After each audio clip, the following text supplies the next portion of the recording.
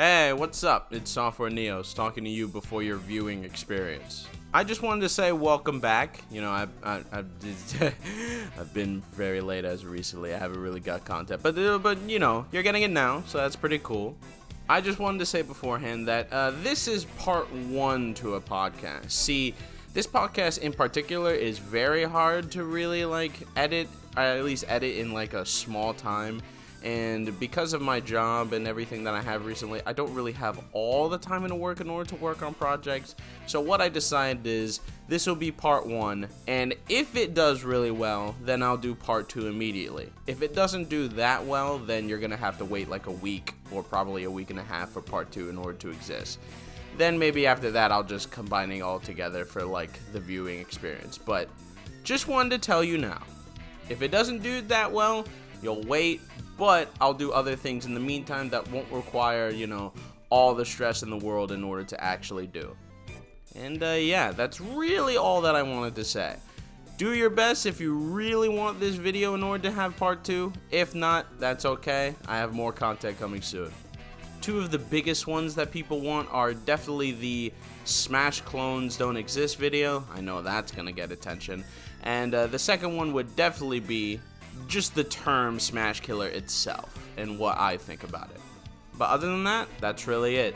I hope everyone enjoys the fact that I'm back and, just enjoy the video.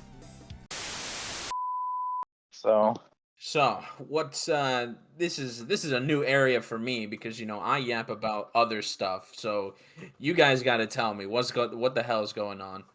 Well, this isn't the worst fan-made moveset I've ever seen, but I do think this represents everything wrong with fan-made movesets.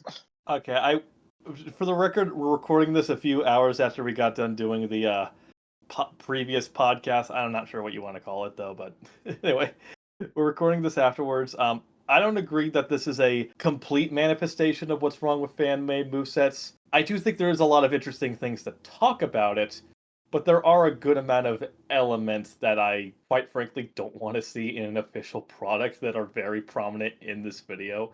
And just to clarify, the title is a bit of a soft fib. There is some soft Tears of the Kingdom spoilers. So if you don't want to see anything regarding areas that are new that weren't in Breath of the Wild or whatever, don't watch the video. Also, I want to say, I do generally like Mockrock's channel. I'm going to be real, I don't like the canon moveset. There's a lot to pick apart with that one. Are we gonna do that after this? I mean, you want? if we're up for it, we can. But yeah, if you guys are up for it, I'll do it. I think the game moveset is less bad, but still has a lot of the same problems. I'm gonna be honest with the audience. I have skin in the game with this topic, but not really. I kind of agree for the most part for both of these guys. I just don't see it as like these guys would see it as a major annoyance. I see it as a very minor annoyance. So that's why I'm here. Yeah, we'll educate you, software. Also, I was also just as a little tidbit for the audience. I've never played a Legend of Zelda game, so if I don't understand something, yeah, sorry, that's my fault. I do have to go into this, and I know for a fact many people are going to instantly discredit me for saying this, but I've only played Ocarina of Time 3DS. I couldn't get into it. I just can't get into Zelda, so immediately putting myself out there with people saying, my opinion just doesn't hold any water because I'm not even a Zelda fan, yet I'm still saying this. You don't like Minish Cap? Get the fuck out of here! So complaining this moveset that's very Zelda reference based puts me in a bit of an awkward spot though. So I'm not sure about you, Waffle Man. Maybe you have a better stance on this.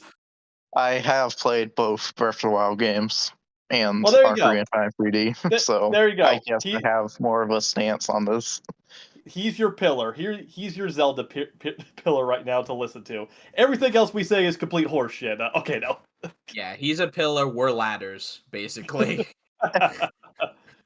The Legend of Zelda is one of the most enduring influential, and iconic video game series in history. A set of sweeping adventures reaching back almost 40 years into the past, and a series that's demonstrated an unusual grace in its efforts to change and evolve with the era it finds itself in. It's no surprise that Link, its primary protagonist and the embodiment of courage, would be one of the first few characters added to Nintendo's ambitious crossover fighting series, but the malleability and reincarnation of The Legend of Zelda's universe didn't follow him over. He's changed visually, yes, including becoming right-handed to match his Breath of the Wild appearance, and has received a handful of tweaks over the years. A wind trail here, a grab there, but by and large, his core has remained firmly planted, a fate that the Legend of Zelda series doesn't even inflict on plants. That's honestly like the case with like most Smash veterans. What do you mean? Their movesets like barely change. Like you'll get like a moderate overhaul from like their first appearance to their latest one, but overall they're still very much the same character. Well, Link is kind of the exception a bit to that rule. He has changed, especially in Ultimate, but yeah, for better or worse, they haven't changed. I will say this beforehand. I think everyone has this statement, but this production is pretty good. I will say Yeah, that. this is a Oh, yeah. well-made video. I'll give it that. He does a wonderful job.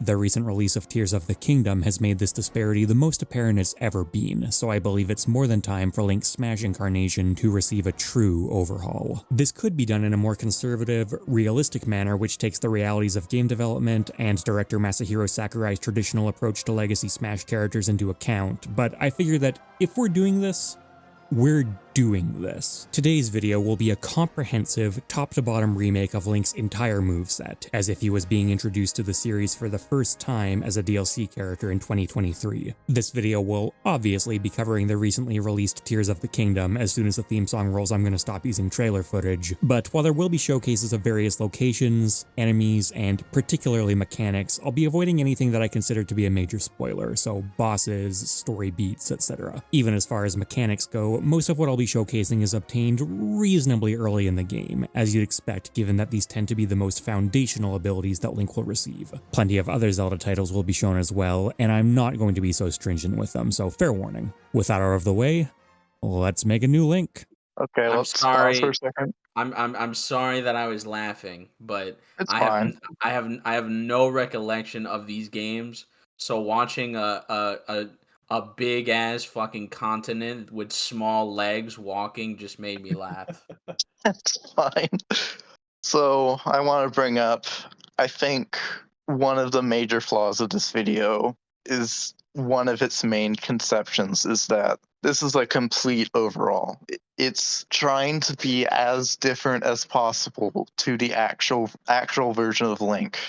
And I think that's unhealthy mindset to have when redesigning a character. I've just discussed this today, but redesign should not replace a character. It should evolve them. You're not looking at what the character does well, what it does wrong, and how to improve them, how to lessen the things it does wrong. You're just different for the sake of being different. It's new for the sake of being new. And I know this is more of a thought experiment, but I fundamentally disagree with the mindset of completely overhauling a character for the sake of it. In a few sense, yeah, but this is not an alternate universe. This is our universe, so if this was like a very much a case of this is my dream, this is just what I want to see, what we can see out here, I think it's much more considerate to put in here. And it's not just so much of what he chooses to replace, because there's other factors that are also very unrealistic, though, but we'll get to it when we get there. We'll get there when we get there. I will put out there that although it is a title, and I know, and trust me, I know about titles and trying to grab people's attention, but Link really needs a new Smash moveset. Really sounds very like, no, this is what I would probably do. I just don't have all the tools to do this. So I don't know. I understand that this is a passion project, and as we see, reference syndrome is a rookie mistake, and a lot of it comes out of love. I love the term reference syndrome. It just sounds correct. I don't know why. Yeah, Some people call it flicky syndrome for reasons, but I prefer reference syndrome. The nature of Tears of the Kingdom means that it alone has more than enough potential to create a Smash moveset from. What? I'm sorry. I'm sorry. I gotta keep it together. I haven't seen any Tears of the Kingdom, so I just see some Fortnite shit just hitting people. I'm sorry. I gotta stop. It's supposed to be semi-serious. I'm so sorry. Have all the fun you want with it. I'm not your daddy. It's so funny seeing someone surprised by Tears of the Kingdom mechanics in 2024. It's just because this is basically your guys' video, and I'm trying to be like a good guest, so just I don't want to ruin it. I'm sorry. Enjoy, man. Have all the Oh. fun you want. Okay, cool. All right. From. You could give Link a different weapon for every single attack, hell, a different weapon in both hands for each attack, and still not come close to running out. Wait, a different weapon in each hand. Oh, we're getting to it already. That being said, while the Hero of the Wild will get some additional time in the spotlight, the concept here is a bit more universal and aims to celebrate not only the most recent Zelda title, but rather Link's entire legacies. I do want to take this opportunity to discuss, I think, another one of this design's major problems is focusing on referencing as much as possible. I understand the idea that you want to represent your character's entire history, but you need to know when to stop. You need to know when something won't fit or won't fit this version of Link or feels forced. Stretching back to his very first appearance in 1986. It's a concept that the series has lightly toyed with, particularly on the Wii U and 3DS, but with an approach that I ultimately thought was a bit tepid. Because I'm treating Link as a brand new DLC character, he comes in with no baggage from his existing moveset, and coming up with ideas under these conditions didn't turn out to be a problem. In fact, it was exactly the opposite. I'm a big fan of the Zelda series, and it has so much source material to pull from that there was simply no way of giving Link everything I'd love to see in Smash, not without creating an incoherent mess. I immediately discarded anything non-canon, anything sourced from Young Link or Toon Link, who presumably would still exist and be in need of their own comprehensive overhauls someday, and I went a step beyond this and got rid of any concepts that did appear on a viable Link's toolkit, but had variants which I thought were more appropriate or interesting on one of the youngsters. Beginning at a surface level, I was originally planning to say that now is obviously the time to give Link completely new models from across his appearances similar to what Hero received. However, this actually ended up being a decision that took a bit of nuance. There are 7 total incarnations of Link I'll be sourcing from. Link, put on some fucking pants. What the fuck are you doing? What the fuck are you doing, dog? Just pick up some pants. The Hero of Hyrule, the Hero of Legend, the Hero of Time specifically as he appears as an adult in Ocarina of Time, the Hero of Twilight, the Hero of the Sky, the new Hero of Hyrule, and, of course, the Hero of the Wild. This does technically fit into Smash Ultimate's universal 8 skins per character limit, but I certainly still want alternate color palettes available for each model, so in practice, there can only be a maximum of 4 different models. Given that Link now pulls from all of these games, excluding certain heroes from the mix feels off. And it doesn't help that they're all much closer to each other visually than someone like Hero gets to work with. Link will also be using some of his new Tears of the Kingdom abilities that flow from his new arm, which the other incarnations obviously don't have. At the end of the day, I decided this was still the path to go down and was worth navigating these hurdles. Link's default appearance remains the Hero of the Wild with a champion's tunic, in his Tears of the Kingdom incarnation, but without the Hylian cloak that appears in his key art to avoid unique animation work for just one of his models. Model 2 is the Hero of Hyrule from the original 2 Zelda games, obviously modernized a bit. 3 is the inescapable Hero of Time, arguably still Link's most iconic, recognizable, and representative appearance. Finally, Model 4 is the Hero of the Sky from Skyward Sword, albeit as he appears before donning his signature tunic. This lineup was painful to decide on. I had to ditch Twilight Princess representation, for example, which is one of my favorite games ever and could have an amazing red and gold alt, but I think these choices create a solid compromise between hitting a lot of the strongest targets, providing good visual variety, which includes the red, blue, green, yellow, black, and white costumes that many Smash characters incorporate, and stretches back from Link's latest appearance to some of his earliest. You're already starting from the ground up, though. Might as well start at the ground up, though, by saying, hey, you get 16 alts, because Mac had it in Smash 4. Okay, I want to say he did clarify at the beginning that Link has been mostly left-handed for the most of his history, his series, but the default is right-handed.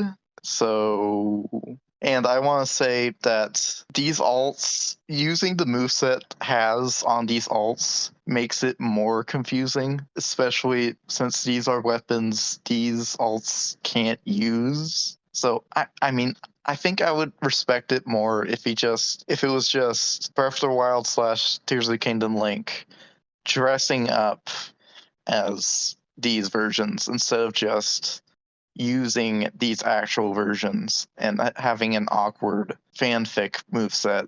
It's not the biggest deal, but this is mainly just a big nitpick. I'm mainly referring to like how Link in Breath of the Wild and Tears of the Kingdom can dress up as the older versions.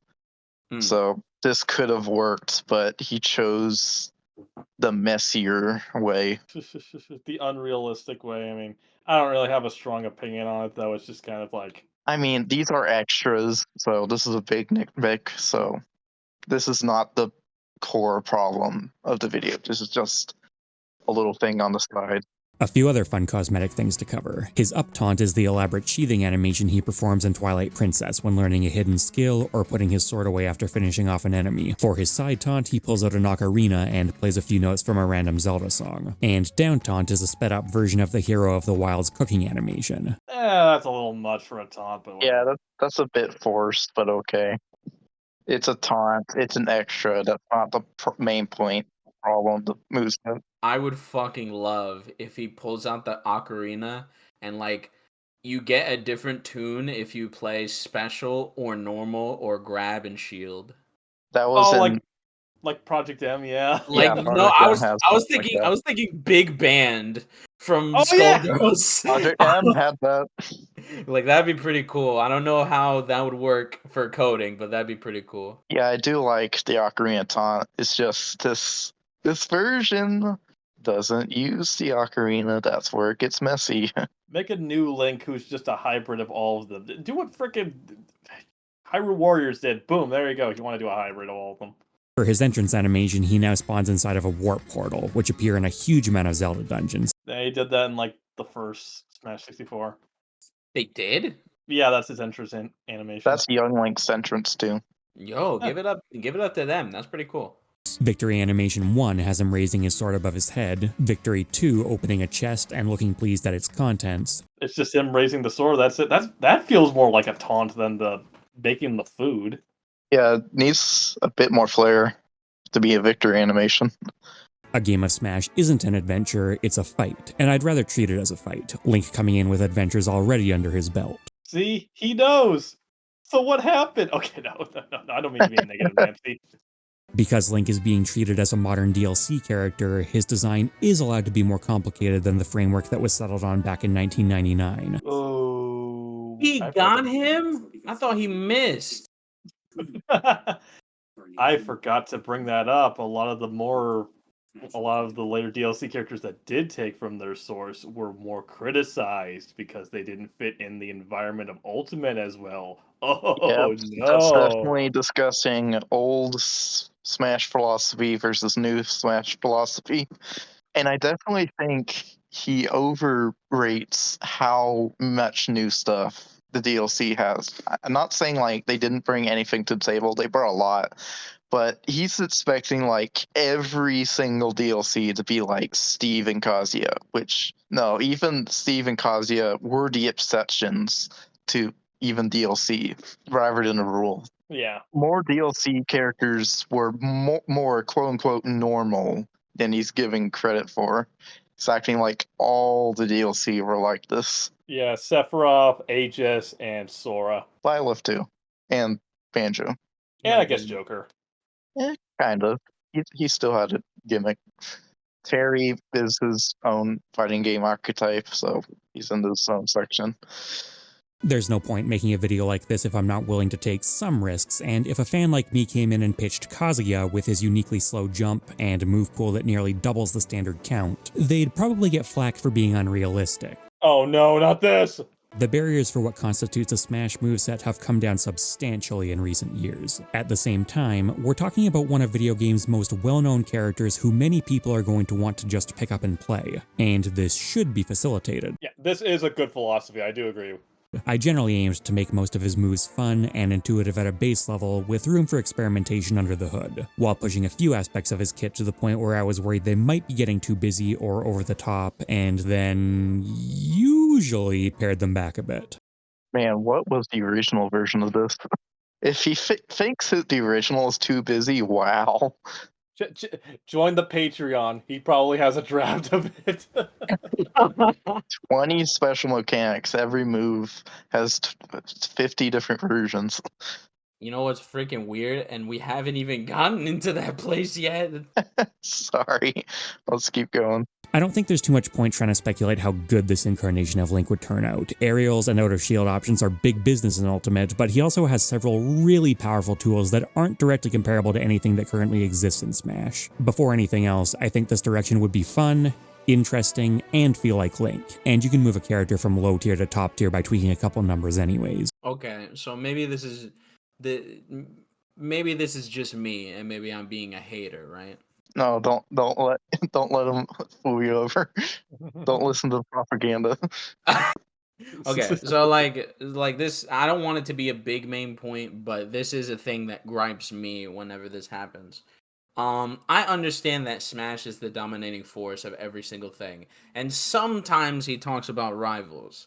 But the problem about it is really that he talks about rivals in like the front face section way, and not really about like most of the actual Umoova options or the reasons of why that it's cool to play. It's mostly like the gimmicks on the characters are pretty cool. I wish it for was other people. And the reason why I bring it up is because like it's like out of shield options are really good and jumping out is pretty good and having just like all these things is pretty good, which is true.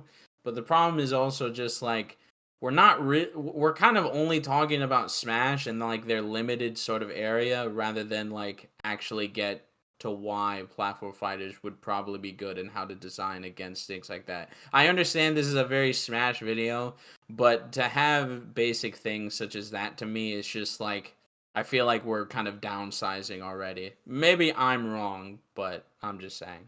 I feel what you mean, yeah. Like, I've seen some moveset videos that get very wild and crazy with their ideas. And they're generally, like, worth considering and looking at, though. I think there's tons of value behind it. But in the current environment of Smash and how limited it is compared to other platform fighters, it would be an absolute mess. And a lot of times they just do not factor how healthy it would be or how it would work, though. So I think that's one thing you would have to consider. Mm. Well, that's just a little tangent. I do appreciate this part of the video that he did put font into it. I don't agree with the things he put font into, but I appreciate this section. For Link's inherent traits, I think his basic stats with modest movement speed and a solid weight feel appropriate as they currently appear in Smash Ultimate. I don't think I'd have come up with his uniquely high fastfall speed on my own, but it fits the direction I'm heading in and is kind of a fun accidental nod to skydiving in Tears of the Kingdom, so he can keep it. I think it is fair to like factor in like the character's current balance when like making a new moveset version, but to address certain things people don't like about it. But I mean, Yeah, but that's not the philosophy. He's treating it like a new character, and even when you treat it like a new character, this is still a mess. Yeah, I would also try to design things by two things, how they're fun and how they interact with the opponent. So like how they're fun can be both, but usually how they're fun is like what is your weaknesses, what is your strengths, what can make this thing very good. So it's like this is why I don't really listen to little minute things like that, because it's just like I wish my walk speed was better, or I wish that my thing had more range, and it's like technically from my guess, if you wanted to balance it out with patches, sure, but I think about it like, how do you design a grappler? How do you design a rushdown? How do you get there? If you don't have that base, it does not matter how much you tweak it. Like you're screwed. So yeah, you're getting tangled up in the little details. You should be focusing on the grander ones. exactly. But yeah, that's my thing. I don't know how anyone else feels like that. I mean, I do appreciate these stats right here. They do give you a general idea of how it is. I would prefer like a character icon of who that stat is closest to, so I get a better idea of how this Yeah. character would feel. Yeah, But Delbazin I does that in appreciate it. his videos. Yeah. He's also gaining a few more mobility tools, namely a wall jump which will synergize with some of his moveset, as well as a crawl to match his recent stealth gameplay. Wall jump should just be a standard in Smash. Every character has a wall jump animation, but yet not everyone can do it. Yeah. Stupid. I think it's dumb. Also, I want to point out he is comparing this original Link to actual Link, but Oh, right. Oh, yeah. That does kind of muddy things up a lot. yeah, see why I say this entire mindset is flawed. But anyway, as we're moving on, Well, sorry, we're gonna hear the comment section of that shit. So watch. We make it through the whole video software, and you don't even think it's bad. You actually agree with what good about it. I'll imagine. be gongs. I won't knock you out loud. Okay, no, I'm just kidding. I'm just kidding. By far the most substantial change of all, though, is the Hero of the Wild's paraglider. What? I'm sorry. I saw the little bird person just keep flapping his wings. I gotta learn to control myself. I'm sorry. You're good. I'd rather you have fun than just stare in complete boredom. That's a word that exists now. Which the Zelda series had been building up to for a while, and which Link inherits here as a unique additional mobility tool, done by holding down the jump button in the same way as Peach and Daisy's float mechanic, or more comparably, Brawl's gliding system, but significantly weaker than either of those. It's only available for a short amount of time, maybe enough to travel half or a third of Final Destination's length, indicated by a stamina wheel ticking down beside Link, and while it does have some small amount of acceleration and deceleration control, its actual flight angle isn't adjustable. Yeah, this is fine. I don't mind it. I'm much more okay with this being a special jump thing than an actual waste of a special move. This is okay. I would just prefer if this entire move set was more focused on Breath of the Wild Link. Commit to one idea. Have focus, please.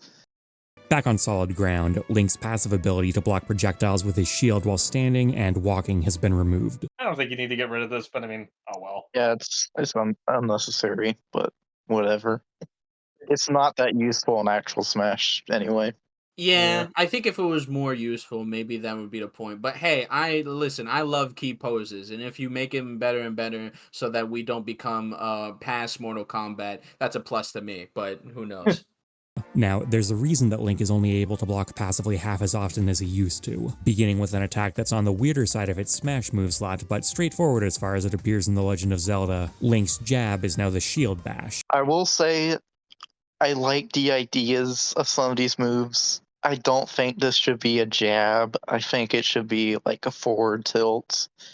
Would fit Yeah, better, but we said like jabs are routinely like, okay, this is the character's most standard default. This is how they attack in a pinch. You would expect Link to use his sword in this case. I get what you mean, yeah, but I'm fine with this jab. when I see a character with a sword, I expect them to swing for a jab. Yeah, That makes sense. Honestly, this being as a tilt would be pretty cool, actually. yeah. I would think about it less of like him jabbing, and I would think of it more like, you know how people like swing the sword away to bash people away? Because for this one he's pushing it, but I think of it like swinging it sideways to like slap people with the sword. In Breath of the Wild, he has that exact move. So Really? yep, he swings Okay, his well, shield and it all right, reflects. well, editor, put the counter for Software Neo's hates. That's one slash.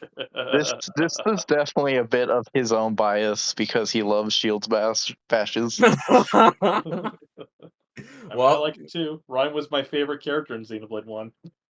oh shit. A single hit attack with moderate damage, high base knockback, and low knockback growth. Wait, what? Singular?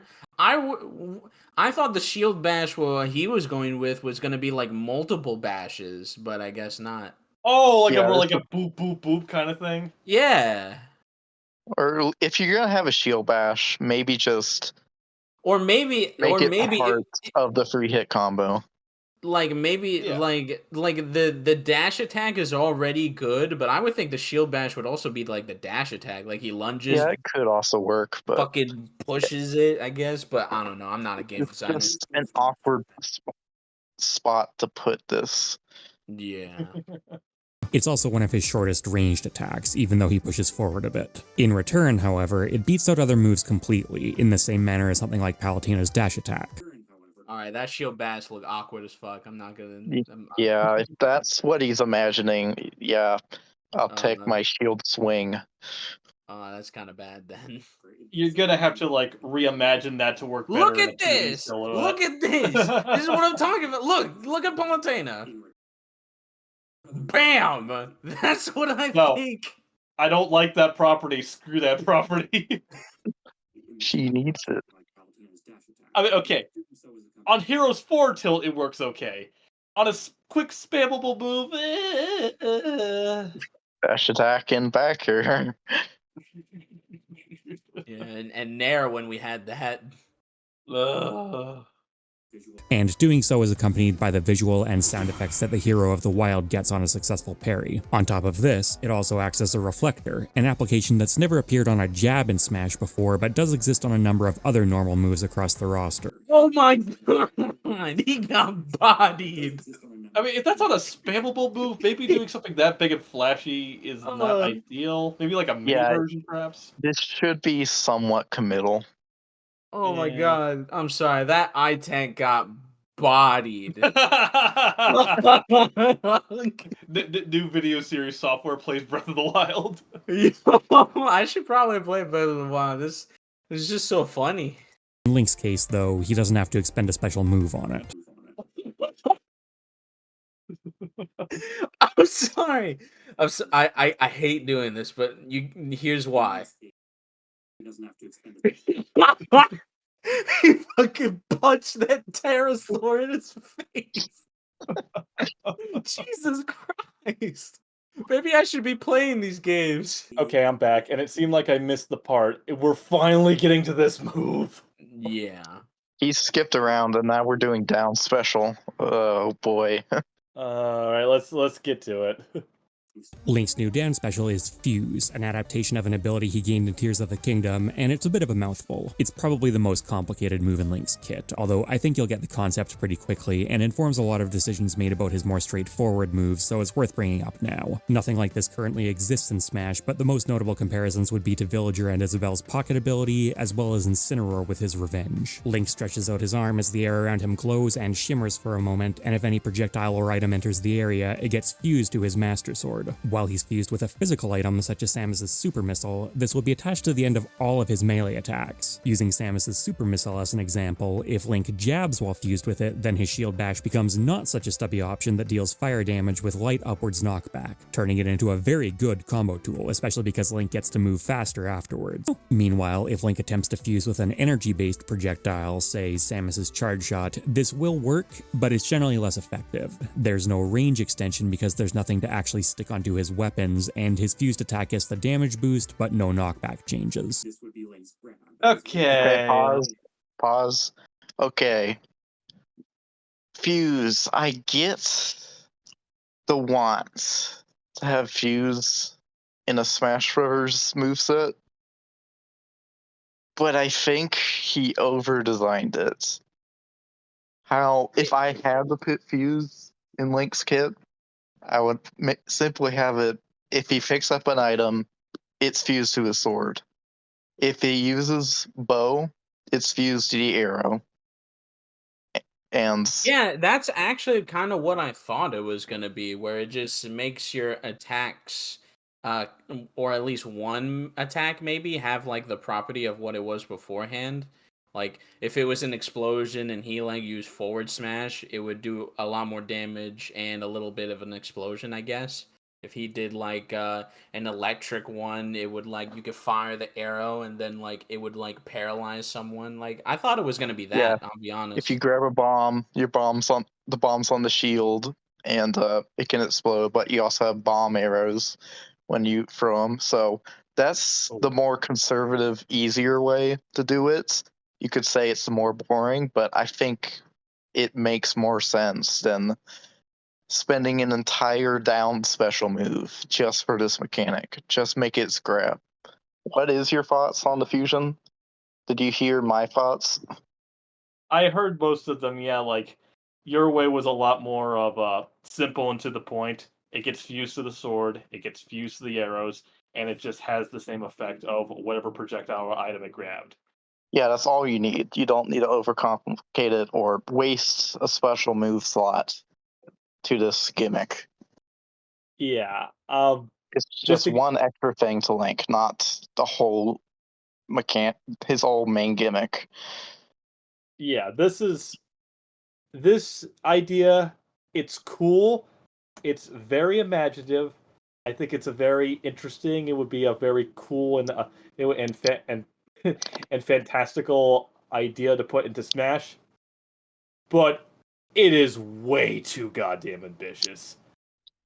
He said in the video, it's like, oh no, but they did Steve. He was a lot of work. They did Kazuya. They did Not a lot of work, and people would like hand wave those concepts though. So this is totally fine. I'm gonna go out and limb and say this right now. This whole fusion idea would be more work than Steve. not everyone should be Steve. Some would argue Steve shouldn't be Steve, but And it's not just here we that. Yeah, the Smash team did Steve. They did Kazuya in the same game. Cool. You don't need to go all out with each character. You don't need to overwork the developers. Just because you have the ability doesn't mean you should. only do the big ideas sometimes. Not every character should be Steve level or Kazuya level. Yeah, That's and unhealthy.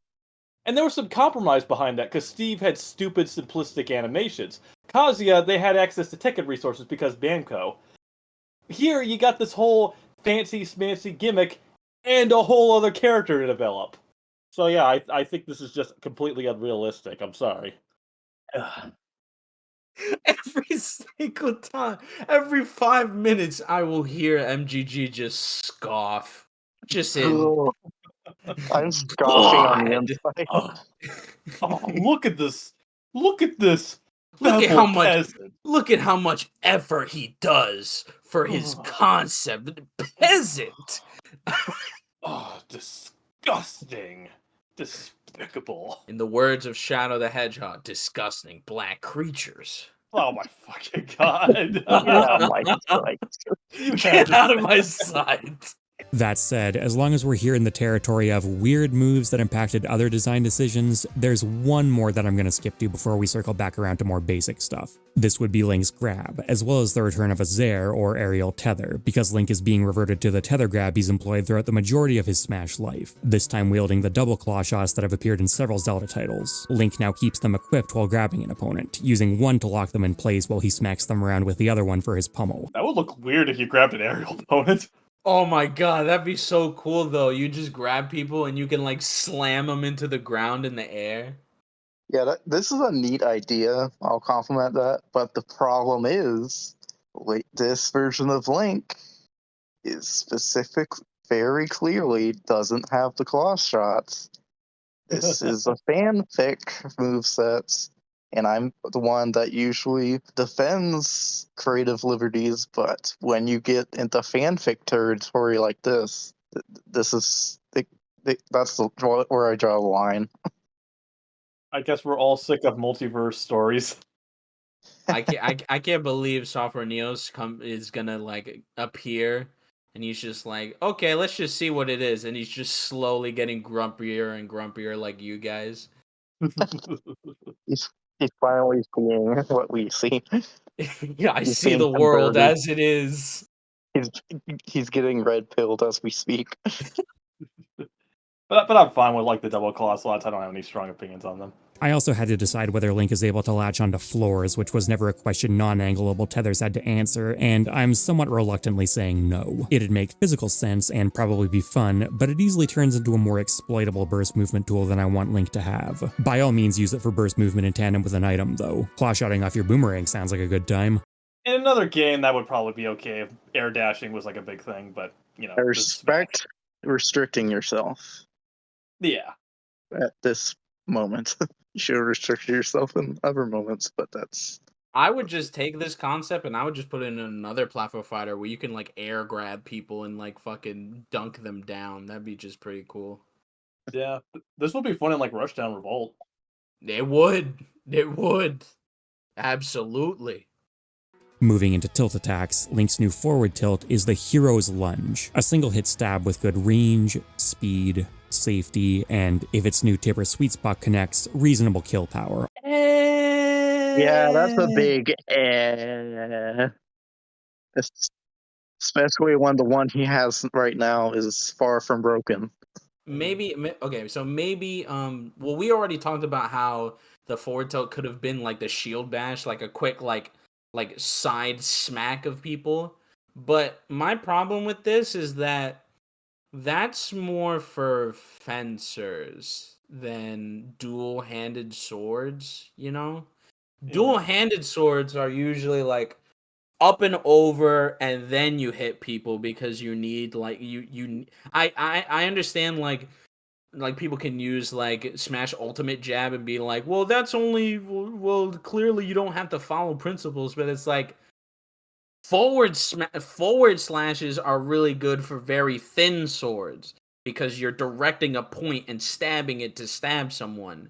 For the master sword, this is a very like dual hand kind of weapon sword sometimes and has a lot of weight to it. So you pointing it at someone isn't as good as say like a fencer. This is why if Marth had this sort of sword, and if Marth had this sort of sword, it would kind of make a little more sense because they're more thin, or like any other character that is a fencer in fighting games. But a forward tilt like this, a plunge, seems very strange. Well, Yeah. the reason why he chose this was a move he has canonically done, but the one he already has is a move he's already canonically done, and his old jab combo, this pose was the finisher, so it was already there. So this is unnecessary. We should probably like listen to his whole explanation behind this and where the source comes from before we comment on this. So my bad there. That's a good point. Yeah. So we'll do that afterwards though, but like this I'm just kinda like forward tilt's fine. But Yeah, it's just well. unnecessary. Although still a step down from Link's current overhead slash. This move is based on the simple thrust which Link performs as his primary attack in the original Legend of Zelda as well as Zelda 2 The Adventure of Link, and which was later carried over into many other Zelda titles in some form. That's neat, but that feels like a move that should be on one of the child links. Either Yeah. that or like I don't know. I still like the shield bash as like the forward tilt more than anything. And plus And I yet already again, he already had it for his jab ender. yeah, and plus I already like what Ultimate did for forward tilt, you know, overhand strike. So I don't know. Maybe it's just bias for me. Yeah. Moving on to up tilt, this is now the vertical spin attack, a fast, all-encompassing sword arc with modest combo potential at early percents, particularly if Link connects with the sour spot back half of the move. There have been a few instances where Link's been able to use vertical versions of his famous melee attack, most notably in Skyward Sword, which this variant is based on, but it also appears in side-scrolling scenarios such as those in Link's Awakening. This is a very good up tilt. Upward sword arcs are often fantastic in Smash, and this is one of the faster and broader ones on the roster. This is because Link's going to have to lean on it heavily though, as it's his only proper anti-air. Continuing on. God, he's capable. Alright. Okay. That animation works better as a up smash than up tilt. It's pretty jarring for up tilt. Yeah, like Which look how still much of his like his sucks. body weight he throws into it. Yeah, which still sucks because I already love like the up smash that they already used in Smash Ultimate. Yeah, it's already more unique than this. Yeah. Yeah, it's I mean, it's fine, but again, even if his current up tilt is kind of boring, it does its job perfectly fine.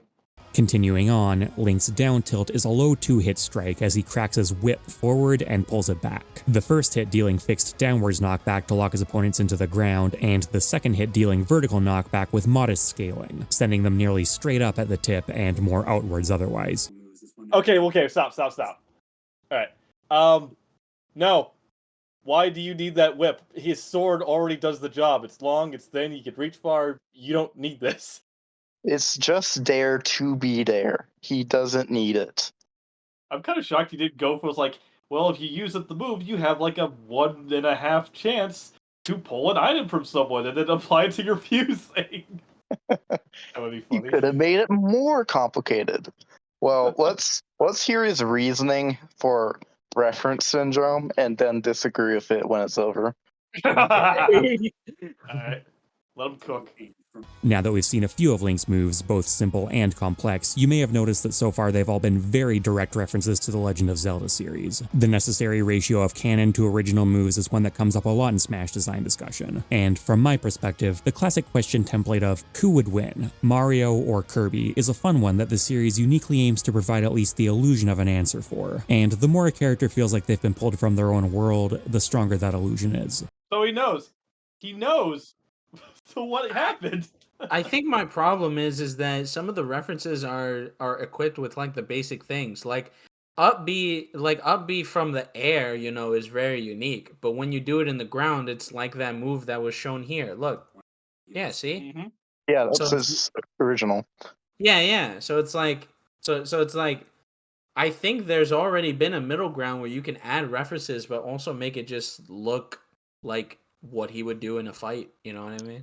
Well, I want to say like his feelings about like how to feel like the character. How does it feel authentic? As like down tilt does not feel authentic. This moveset feels like a Frankenstein fanfic of Link. This doesn't Yeah. feel like actual Link fighting other characters.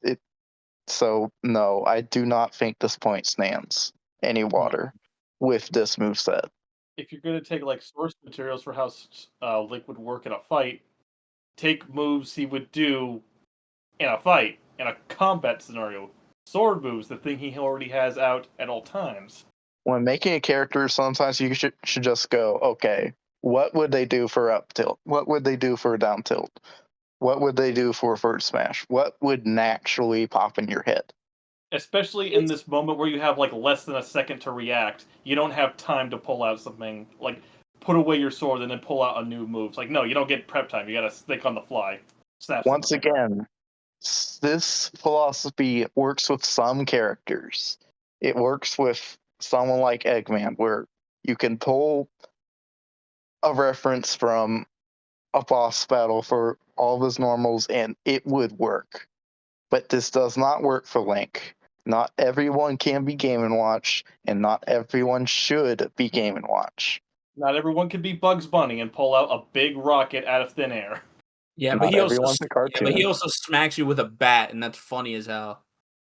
I don't necessarily think Link pulling out items is out of character because he pulls out boomerangs and bow and arrow and stuff, but it's just the amounts he does is annoys me.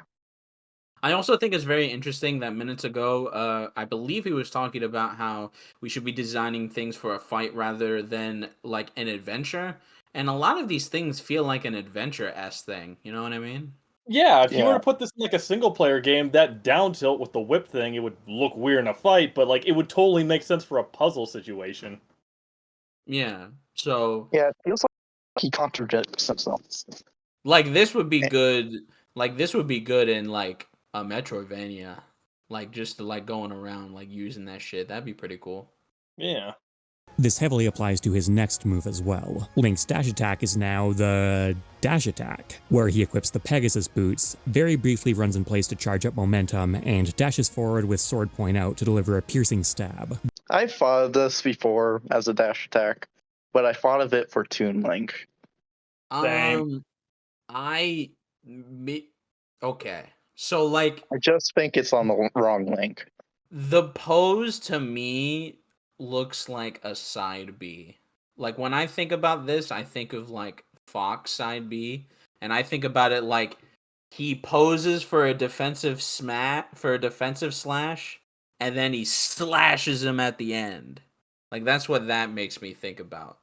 Because it's very weird. Because like the dash attack makes it look like he's running in and also doing it.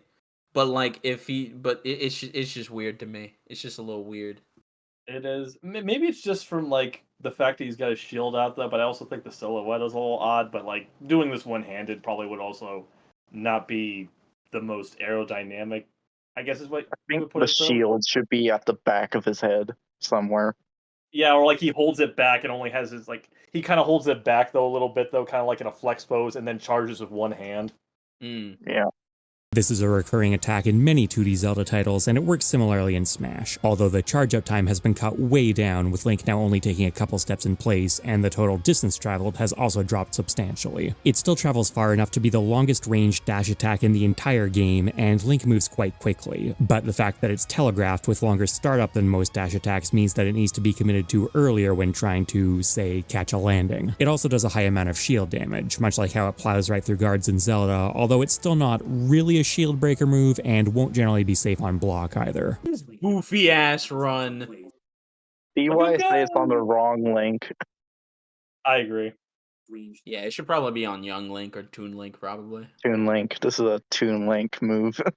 Yeah. This goofy ass run. This is a Looney Tunes move. Yeah.